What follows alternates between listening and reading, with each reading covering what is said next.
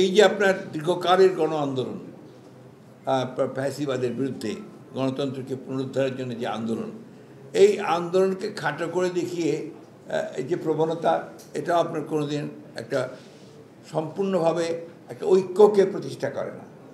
এই মুহূর্তে আমাদের সবচেয়ে বেশি প্রয়োজন কি, যে আমরা ফ্যাসিবাদকে সরিয়েছি, হাসিনাকে সরিয়েছি, কিন্তু একটা ইন্টারিম গভর্নমেন্ট আছে, যে ইন্টারিম গভর্নমেন্ট আমাদেরকে অতি দ্রুত আমাদের সকলের মতামত নিয়েই একটা সংস্কারের মধ্য দিয়ে তারা নির্বাচনে যাবে, যে নির্বাচনটা অবাধ নিরপেক্ষ হবে, জনগণের হাতে ক্ষমতা হস্তান্তর হবে, সেখানে প্রতিবন্ধকতার সৃষ্টি করছে।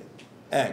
দুই হচ্ছে, আপনারা দেখবেন যে আমি খোলামেলাই বলছি আর কি, অনেক সময় দেখা যায় যে অত্যন্ত দায়িত্বশীল রাজনৈতিক দলেরা তারা এমন এমন কথা বলছেন যেটা আপনার সামগ্রিক ঐক্যের জন্য খুব একটা আপনার উপযোগী নয়।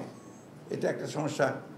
দ্বিতীয়ত সমস্যা হচ্ছে, আপনারা দেখছেন যে আমরা জানি যে এই প্রশাসন এখন পর্যন্ত ফ্যাসিবাদ মুক্ত হতে পারেনি, এবং এটা ফ্যাসিবাদ মুক্ত হতে না পারার অন্যতম প্রধান কারণ হচ্ছে এত ডিপ রুটেড চলে গিয়েছিল আপনার এদের ফ্যাসিবাদ, ডিপ স্টেটে তৈরি হয়েছিল, যে সেখান থেকে আপনার এখন ফ্যাসিবাদ বিরোধী লোকজনকেও খুঁজে বের করা কঠিন হয়েছে, তাও তারা করছেন। এখানে আমাদের যেটা সবচেয়ে বড় প্রয়োজন, সেটা হচ্ছে আমাদের ঐক্য অটুট রাখা, ধৈর্য রাখা, এই সরকারের সমস্ত কাজকে আপনার সমর্থন দিয়ে এগিয়ে নিয়ে যাওয়ার চেষ্টা করা।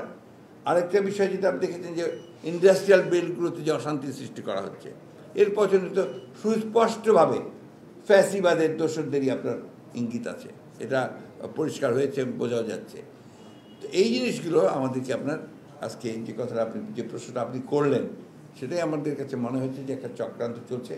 উপরন্তু আমি তো সোশ্যাল মিডিয়া তো ঠিক অতটা অভ্যস্ত নই, তারপরেও আপনাদের কাছ থেকে শুনে বুঝি যে সীমান্তের ওপার থেকে আপনার আমাদের পতিত ফ্যাসিবাদী হাসিনা অডিও টডিও মাঝে মাঝে ফাঁস করে দেওয়া হয়, যেগুলোতে আপনার বিভিন্ন রকম বিভ্রান্তিকর খবর থাকে। অন্যদিকে আপনারা আরেকটা প্রচারণা খুব চালানো হয়েছে, এটা আবার শুরু করার চেষ্টা করা হচ্ছে। সেটা হচ্ছে যে আপনার বাংলাদেশে যারা ধর্মীয়ভাবে সংখ্যালঘু, তাদের উপরে অত্যাচার নির্যাতন চালানো হচ্ছে, যেটা একেবারে টোটালি বাকওয়াজ। এটা আমরা শুধু নই, ভারত থেকে যে সমস্ত সাংবাদিকরা এসেছিল, অনেক এসেছিল, তারা পর্যন্ত এখানে এই সমস্ত তারা দেখে গেছে এবং তারা রিপোর্ট করেছে যে যেটা বলা হচ্ছে এটা সঠিক নয়। যেটা হয়েছে সেটা হচ্ছে রাজনৈতিক কিছু সমস্যা তৈরি হয়েছে, সেটা সবসময় হতেই পারে।